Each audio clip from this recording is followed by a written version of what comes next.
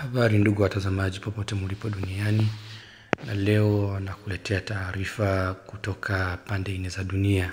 Lakini kwa sasa acha tuingie ndani ya nchi ya Tanzania ambayo inaongozwa na Mheshimiwa Dr. Samia Hassan Suluhu.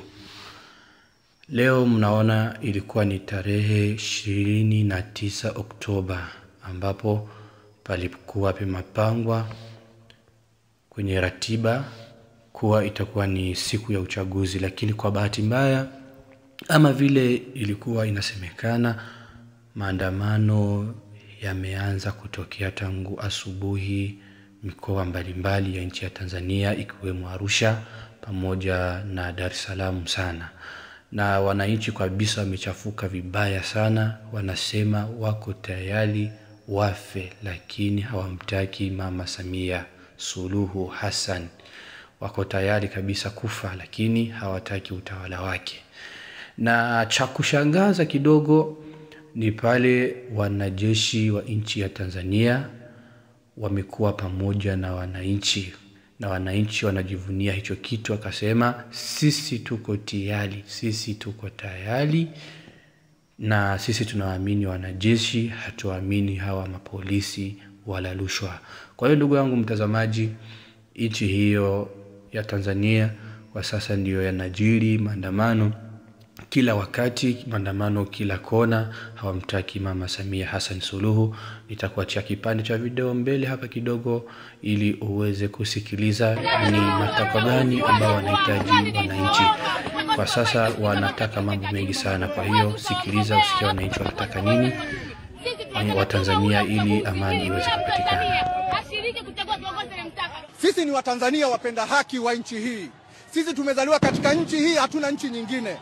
Kwa hiyo ni kwamba tunapenda uhuru wa maoni, tunapenda kuzuia utekaji, tunapenda uhuru wa vyombo vya habari, pia tunapenda vyama vya siasa vipate uhuru wake. Sisi ni kwamba tunapenda siasa ya Tanzania iwe siasa safi.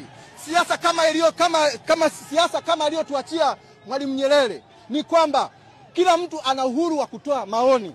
Tunaandamana kwa sababu uchaguzi si wa haki. Sababu tuliokuwa tunawataka kwanza hawapo. Wameweka watu wao. Isitoshe na viongozi wengine wa vyama wameshikwa.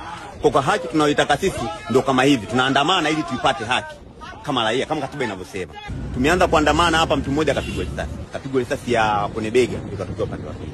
Kwa inafika sehemu mpaka unaanza kuwaza, why? Yaani nakuaje? Mimi sijapigwa, lakini nimepigishwa magoti na familia yangu pasipo na sababu, na kosa silijui, lakini nimejitetea nikiwa ndani. Jamani, hapa pana amani, kaambia toka nje.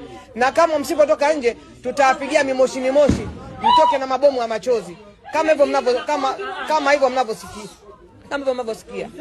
Hii je, Tanzania sasa yaani Tanzania yetu sasa kwa siku hii ya leo tu ya uchaguzi imekuwa kama tuko Kongo jamani. Haya mambo tumeyazoea kuyasikia Kongo na nchi nyingine, lakini sio Tanzania. Tanzania ni nchi ya amani. Kwa nini tupigwe risasi na wakati tunaandamana maandamano ya haki?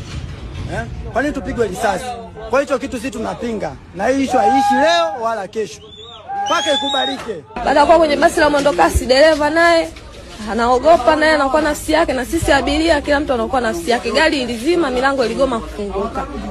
Baada ya hapo wananchi wakawa wanaanza kurusha mawe ile gari ya mwendokasi. Wamerusha mawe. Mimi baada ya kuona mawe yanazidi kabidi nilale chini ya kiti. Nikajifunika uso wangu na hichi kibegi. Jua likanirukia usoni, kadunda kwenye begi, kadondoka chini.